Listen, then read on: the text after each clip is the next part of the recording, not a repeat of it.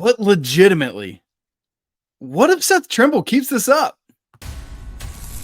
This is Tyler Hansbrough, and you're listening to Locked On Tar Heels. You are Locked On Tar Heels, your daily podcast on the UNC Tar Heels. Part of the Locked On Podcast Network, your team every day. Hey there, what's up? It's Wednesday, October 16th, 2024. Welcome into the Locked On Tar Heels podcast, the only daily North Carolina show out there.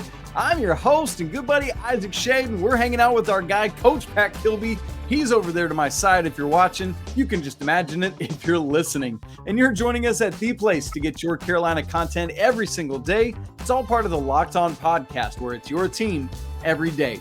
Thanks for making us your first listen or watch. Special shout out to the everydayers joining us, all the great members of the Locked On Tar Heels Discord community, and our great Locked On Tar Heels insiders. So glad you're all here. Let's dive into it. This episode is brought to you by FanDuel. Place your first $5 bet and you'll get started with $200 in bonus bets guaranteed.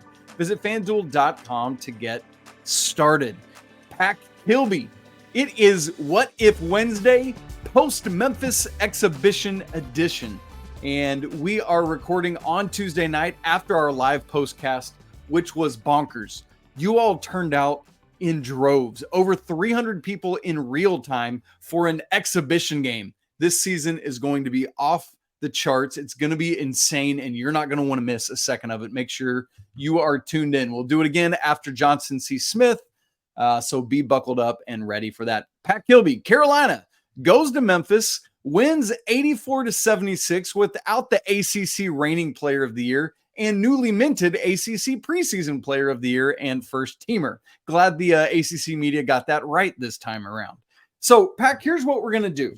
What If Wednesday, if you're new to our Wednesdays, is we put a bunch of what if scenarios here in this beautifully turquoise, I don't know colors. What is this, Pat? Yeah, I'd say turquoise. That's a fair shot in the dark. Yeah, there. somebody help us out. What is this color, if you're good at color? I don't know all those, like, I know what orange and red and green are, but once you start with, like, lilac and fuchsia and stuff, I'm like, what are we doing? Give me just normal stuff. Anyway, we got a bunch of what ifs in here. I'm going to pull one out, pose it to us, and then we'll unpack it together. So all of these are coming off of the Memphis game. So it's almost like, what if this trend continues, basically, is what we're looking at. So, Pat Kilby, Carolina's kind of 1-0, but not really. But, whatever. Still got a couple weeks here. We'll take it, though. Well, we will take it. Road victory over Penny, who's got more talent, but they're very undisciplined. All right, here is our first one, and it says, what if Seth Trimble keeps up this offensive explosion? Okay, Pack. Seth Trimble, 19 points on Saturday to lead all scorers in the blue-white scrimmage. 33 points in this game to lead all scorers in the charity exhibition. Shouts to St. Jude's and all the great money that's going to go to them. What do you think, Pack? What happens if Seth keeps this up? If Seth keeps this up, we're going to be cutting down nets in San Antonio come May, or April. No big deal. Yeah, whatever it is. They extended the postseason this year. It's going to be May Madness, and it's going to be great. Yeah, one of those 3 months there. No, it's going to be great. Just golly, Seth, truthfully, he showed what we all have seen glimpses of, what we've all felt like he has in him to do, and then he showed it on full display tonight. And so, man, it was just really cool to see. And he, just the way I don't even want to say he's just grown a ton. Obviously, he's been putting in work, but I mean, we've all felt like this could happen. And so to see it come to fruition is amazing. He's so explosive. He can get to the rim when he wants to. He finished really well around the rim tonight. Decisively. Very decisively. He just did so much really well, and none of it felt like incredibly forced or anything like that. He was just playing ball, getting after it, being efficient, putting it in the bucket. And so it was great to see. And even, to quote Trilly Donovan, like we talked about before the podcast, sometimes the best wins for a staff is getting the guys on your team to stay. And it sure looks like Trilly had some solid words of wisdom there with Seth, because the growth that he's shown and what he did tonight is a massive, massive victory for the Tar Heels. And I'm with you, Pack, in that we've seen all these glimpses, but is his offensive bag deeper than it was last year? Because there's some, I feel like he's learned some things from RJ, because I see some glimpses of that RJ like leaning floater, maybe some other things like that. Yeah, I definitely think his bag has grown, but I also think, I know this is not everything, but his confidence has grown. Well, that's a lot of it. It's 100%. Yeah, and it just looked like he finally just came out of his shell, and he was like, hey, I've arrived. Here I am. Now I'm going to be a problem for everybody that we're about to play. Everything he did looked so decisive and confident. And, he's definitely been adding things to his game. He's been working on his shot. He's been working on his finishes. But kind of what I mean by we've all seen these glimpses and we've all seen it. Seth can get to the rim anytime he wants to. He has the speed, the explosiveness, the change of direction. And then if for some reason you can keep up with that, he's probably stronger than you. So it's kind of like he just, pick your poison with him. He can explode and get by you, or he can just bully you because of his frame. And so he's had those intangibles, and then obviously he's been putting the work in, and now that work has bred confidence in him, and that displayed tonight for a grand total of 33 points, which was massive. And so I think he's just grown in a lot of areas. Pac, what's interesting about what you just said to me is he was 3 of 5 from 3. You're going to have some nights when you hit those and some nights when you don't. That's fine, whatever. Outside of that, everything that Seth did is repeatable, game in and game out, getting to the rim and finishing, attacking. I mean, you're not going to go 8 of 8 at the free throw line every night because he's a career 60-something% free throw shooter. But if he could just get up to like 75%, maybe 80, I mean, that would put him in a great spot to do everything Carolina needs to do from him. Because after the 19-point performance on Saturday, it's fair to say, hey, like I had in my game notes for Tuesday night, like, what is Seth going to do for a follow-up, right? Like, and it's fair to ask that because one game like this could happen to a lot of people, but to follow it up with this performance back to back, it's a lot of people can do it once. To do it twice and to build on it like this, dude, is something different. And so there is a real world where it's like, I'm going to speak hyperbolically here. What if Seth keeps up this offensive explosion? We're not talking about if he's an All-American. We're talking about whether he's first or second team All-American. And I say that only partly jokingly, because these kind of numbers, if it translates at any level to the regular season, is absurd. Now, obviously it's going to cool off when RJ's back in the mix, but man, you think about that tandem. My goodness, dude, with Elliot distributing, come on. Yeah, I don't know. I mean, golly, that trio of guards right there. I mean, with Seth's development, I don't know how you stop it. I mean, truthfully, it's going to be tough. And like you said, most of what Seth has done has been repeatable, which is amazing. Now, is 33 every night going to be a possibility? No, that's just not the way this game works. But given Seth's improvement, I now look at him and I'm like, man, Seth's going to give us about 15 a game. And I didn't have that on my bingo card for Carolina this season. Now, I expected Seth to be a player, especially on the defensive end. But now thinking what he's going to give us offensively, it opens the door for us to be even better offensively than I thought we were going to be. And I had some pretty high expectations. That's right, you did. Well, and here's what's nuts too, Pac. Obviously, these totals don't count for anything. But his career high coming into this game was 12 points. He beat that by 21. The most threes he's ever made in a game, Pac, was 2. This was also the most threes he's ever made in it. I mean, it's just, and so here the question I want to get out of this segment on is this.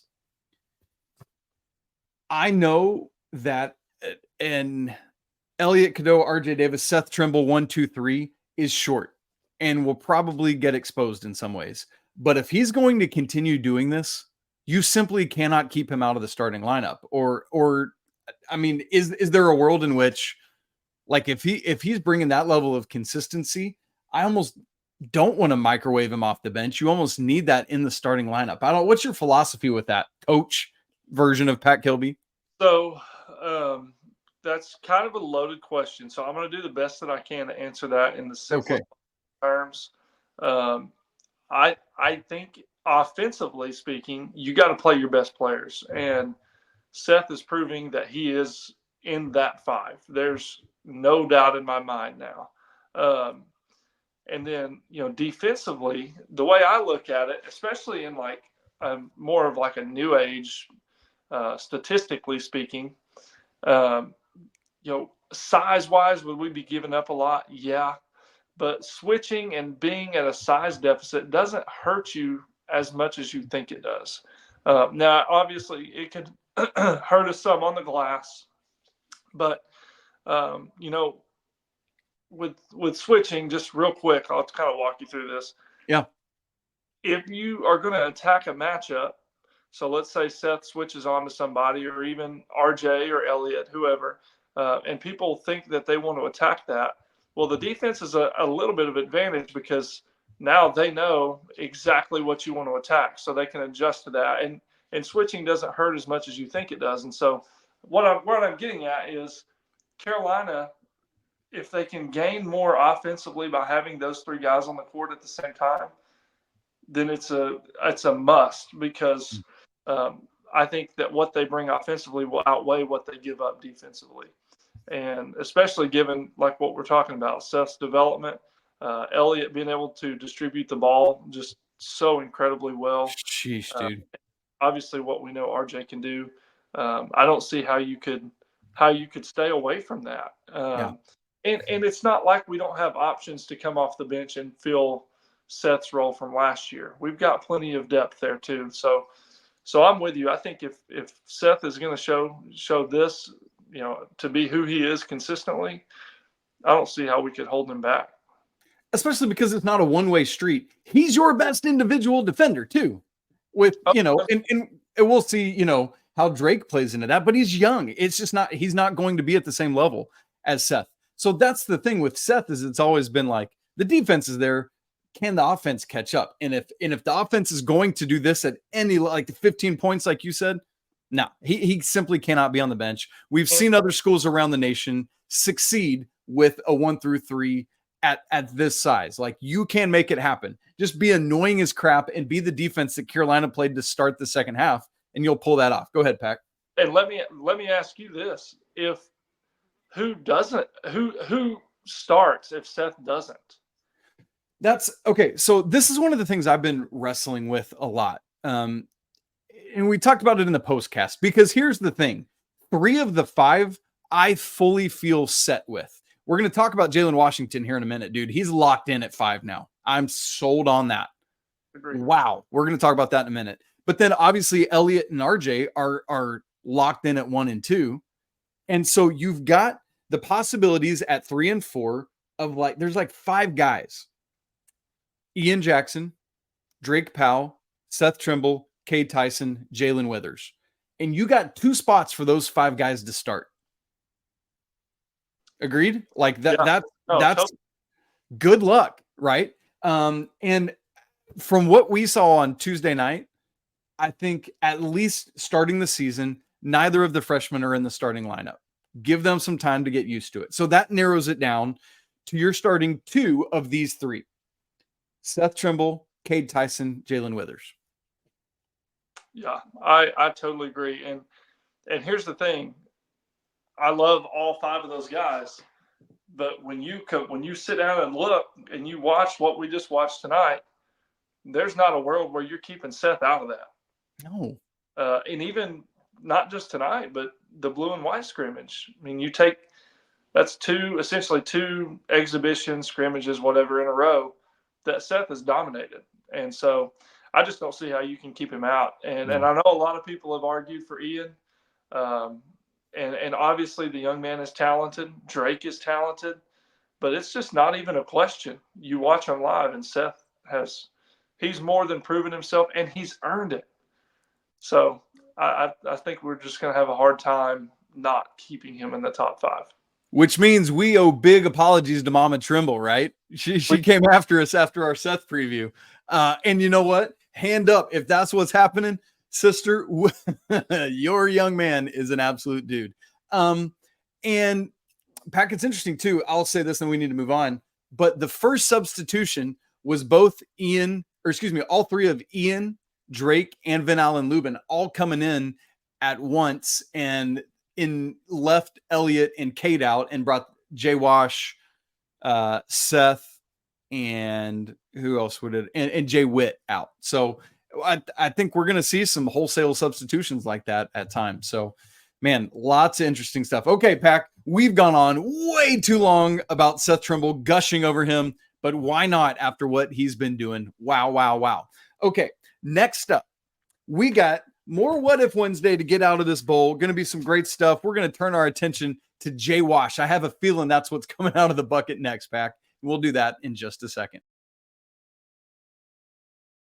Right after I tell you about Game Time, we are now less than 3 weeks away from the start of the college basketball season. There's nothing better than the atmosphere of a college basketball game. The anticipation of what's going to happen, the energy of the crowd, the unexpected happening and coming to life. You saw it from Seth Trimble on Tuesday night. A thrilling win for the Tar Heels. I am so geeked out. I know Pack is, to see everything that's upcoming in the Smith Center this season. Will we have another record-breaking performance like RJ Davis's against Miami last year? I don't know.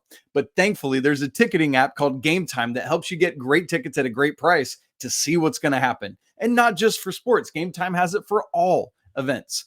And great news, when you're getting tickets this year, Game Time has a new feature called Game Time Picks that makes getting these tickets even easier. It filters out the fluff so you see only the best stuff, so you don't got to waste all your time. So whether it's Game Time ticket coverage, the lowest price guarantee, or the panoramic views from the seat in your app, Game Time's got you covered. Carolina's opening night tip-off against Elon, you can get in for $18. That's it. And those tickets are going to go. People are going to snatch those up, so go get them right now. Take the guesswork out of buying tickets with Game Time. Download the app, create an account, and use code LOCKEDONCollege for $20 off your first purchase. Again, create an account and redeem code LOCKEDONCollege for $20 off. Terms apply. Download the Game Time app today. What time is it? Game time. All right, Pack, it's time for What If Wednesday. Question number 2 on the day. Let's get our What Did We Decide turquoise bucket. And I'm going to pull out the next question, and it says this. What if Jay Washington does stay high as his minutes increase? Okay, this is one of the big talking points all offseason. Jay Wash has been crazy efficient as a shooter. What's going to happen when his minutes go up? Will there be a drop in efficiency, or will it stay the same? Well, let me give you the numbers from Tuesday night, Pack, and then I'll let you answer the question. On Tuesday night, Jay Wash, 6 of 7 from the field, 17 points, 2 of 2 from 3, 3 of 4 at the free throw line, 6 rebounds, 3 of each type, 2 assists, 1 block, 3 steals, did have 2 turnovers, and all that in 25 minutes. Pack, what do you think? I think that if his efficiency stays high, he's going to make me look like a fool. Because I'll be the first person to tell you that, and anyone listening, that I tried all offseason to kind of replace him. I just didn't have a lot of belief, and when we got Allen Lubin, I was like, okay, that's going to be the person that plays over Jay Wash. And I'm wrong in that regard, and he proved that tonight. Now, does he still have some proving left to do? Absolutely. We definitely will want to see more. And we'll find out real quick because we've got Kansas right out of the gate, and he'll get to go up against Hunter Dickinson. But I was just really pleased with the way he played tonight. Very efficient, very effective. Seemed to make really good decisions, have good shot selection. Rebounded the ball fairly well. Just did some things, impacted the defensive end. He held his own better down there than I thought he would. They went at help me out. Memphis's post player. Dane Danger. Danger? Yep, from Illinois transfer. Yes. And they went at him early, and they tested Jay Wash, and Jay Wash held his own, I thought. And so even pushed him off the block on that second possession. Yeah. Forced him into a turner, like a little fadeaway, inefficient shot. Yeah, absolutely. He did a real good job, and so I was just really pleased with that, and have to admit that I was wrong on that front so far, and was very pleased with how he looked. So, and if he does that, I was saying earlier in the previous shows, I've said, if Jay Wash can just be a lot, like if he can just kind of hold his own, he doesn't really have to win his matchup or even dominate it. He just kind of to make it, wash out, and our backcourt's enough that we'll take care of the rest.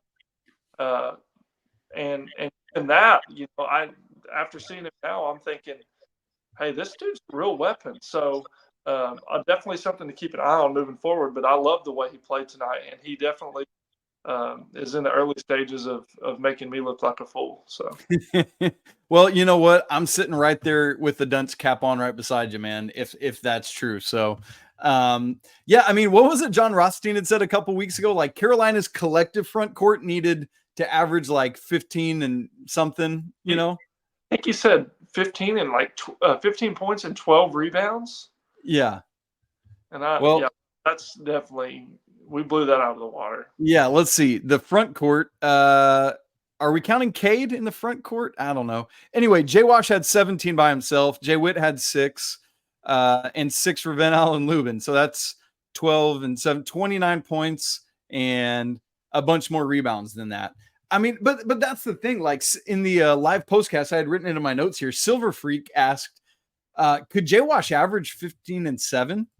And I think that's a certain possibility, especially if he's going to keep shooting from outside and prove all of Hubert Davis's best shooting big I've ever seen, for what he's been saying. If he's going to prove that true, 15 and 7's doable. Is that enough for this team from that spot? Yeah, I mean, if he's getting 15 and 7, that's more than enough, I think. I mean, and especially given the complementary pieces around him, if Cade plays some 4, he's going to contribute a lot. And like we talked about, Vin Allen and Jay Witt and some of those guys, they're going to contribute. So, but if he's averaging 15 and 7, I think that's more than enough. And what's really impressive to me is I thought he played more like a true big man than what I ever anticipated. Yeah. Like coming into tonight, I wasn't sure what we would see, but I was certain that he was going to be featured on the perimeter more and shoot even more than he did from the perimeter. And he just didn't do that a lot. I mean, obviously he hit a couple, and he was efficient in doing so and had good shot selection, but he played some true back to the basket, post up, made some nice moves, and he was in there banging around. And so I was just really impressed with that. But yeah, I think, first of all, I think 15 and 7 is doable. And if he does that, then that's a huge win for Carolina. And what we're seeing both with the Seth Trimble conversation and the Jaylen Washington conversation is it doesn't have to be all these guys every night. But what it does need to be is you do this enough times where you make the opposing scouting report insanely difficult because you don't know where it's going to come from on a given night. And man, much to Carolina's advantage if that's true. And 25 minutes is, I think, that's what Jay Wash played. I think that's kind of the sweet spot for him. Maybe as he gets his sea legs fully underneath him and going. But kind of throwing a bunch of different looks in the front court. And as you said, like, I know this question is specifically like, what if his efficiency stays up? But like the defense too, as you said, Pac, they went into danger the first 2 possessions. He took 2 field goal attempts, only had 4 field goal attempts. Danger did the rest of the game. And so Memphis, I'm surprised they didn't try to keep going to that, but something dissuaded them from it or, whatever it is. And so we'll take that. So Jay Wash, keep doing it in that interior defense. That's much what we need. With the Godfather over there at the sideline, Armando Baycott, or at the scorer's table watching over it. All right, Pac, we got to get to one more what if question. We've had a couple positive ones.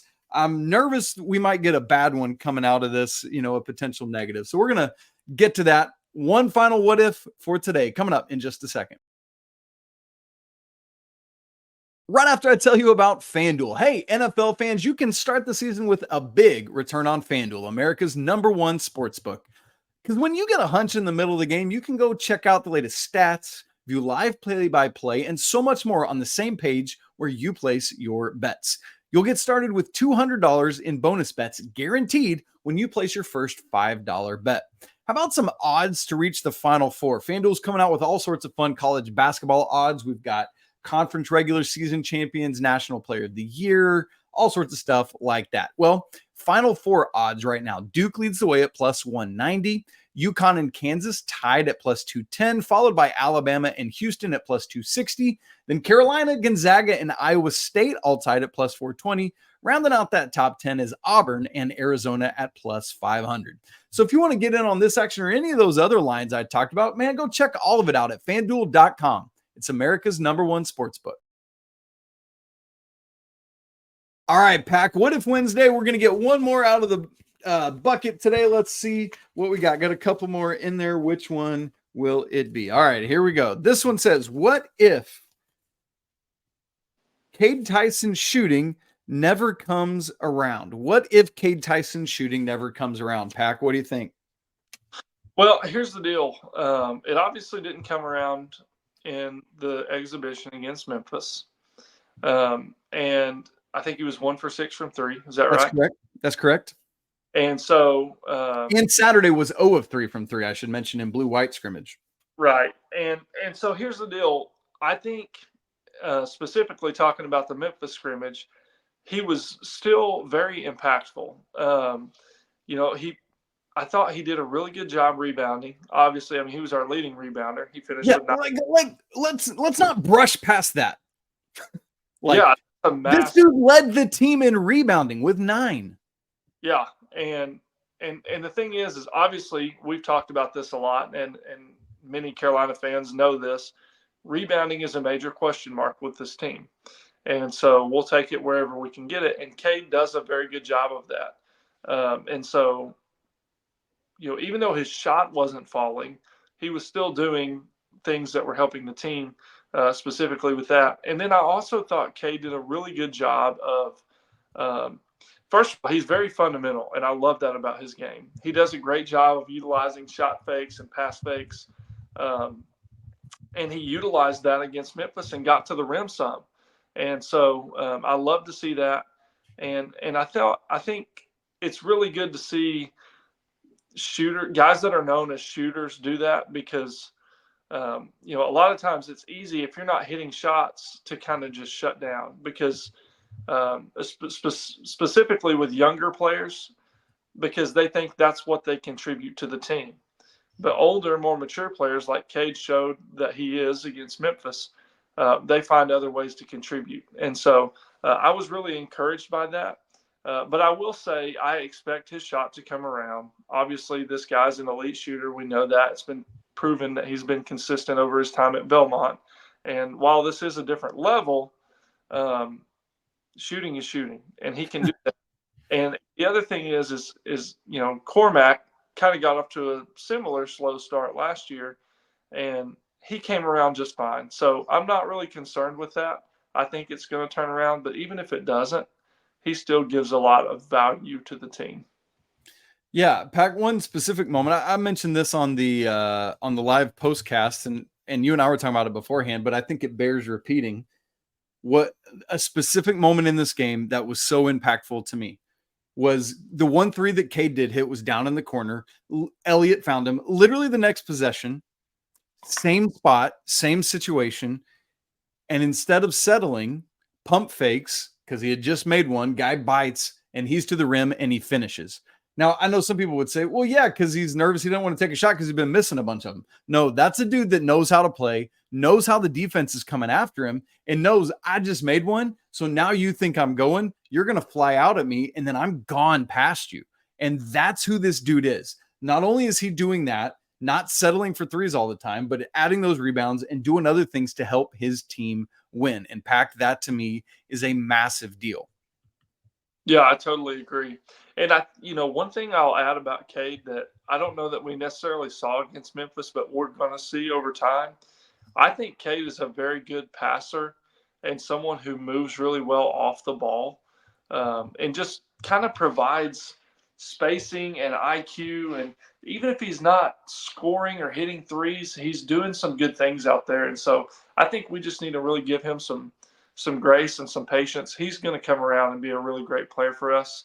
And even if if he has a game or two where he's struggling, like I said, he can contribute to this team in a lot of ways. Because again, we've said it in each segment now, there are so many offensive weapons on this team that you can't expect them to be all hitting on all cylinders in every game.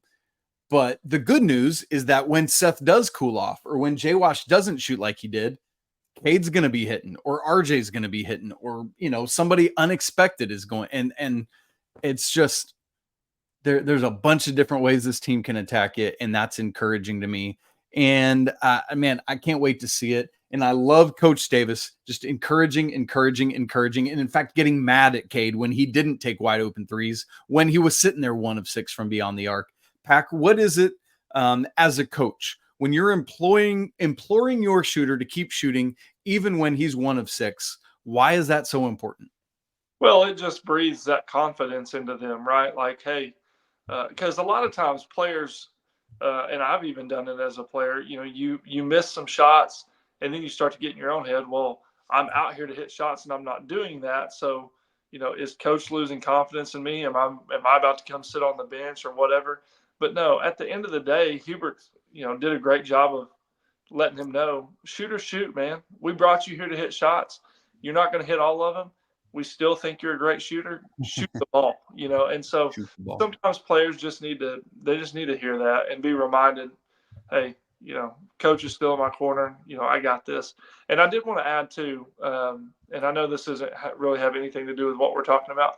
I thought Coach Davis did a great job of using the bench tonight.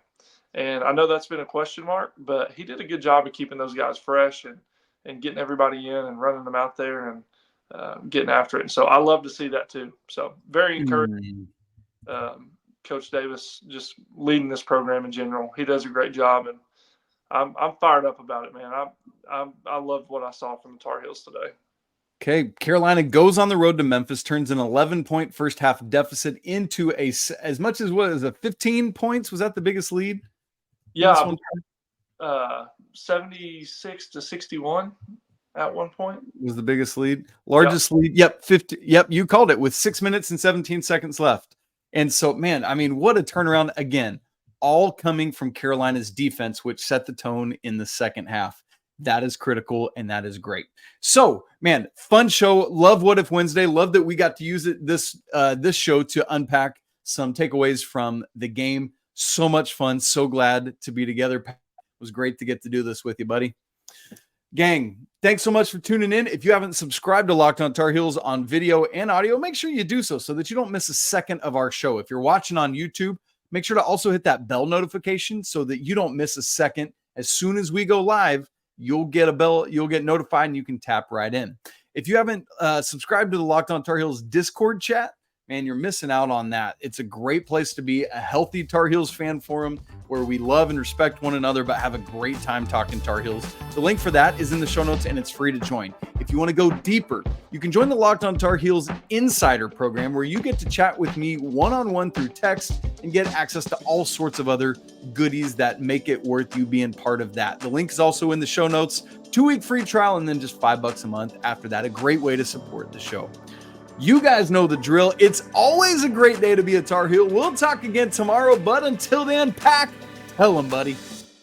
Peace.